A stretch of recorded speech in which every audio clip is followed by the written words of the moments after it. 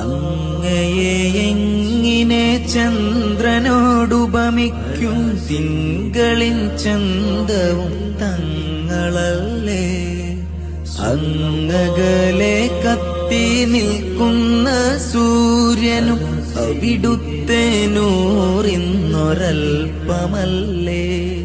സ്വർഗത്തിൻ സൗന്ദര്യം പോലും റസൂലിന്റെ പരിശുദ്ധിയിൽ നിന്നൊരംശമല്ലേ.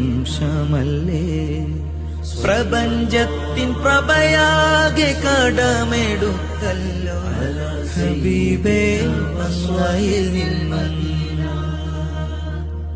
ഹബീബേ അങ്ങയിൽ നിന്നും.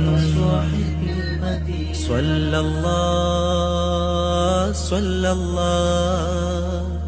അലാ സയ്യിദിനാ വസ്വാഹിബിൽ മദീന.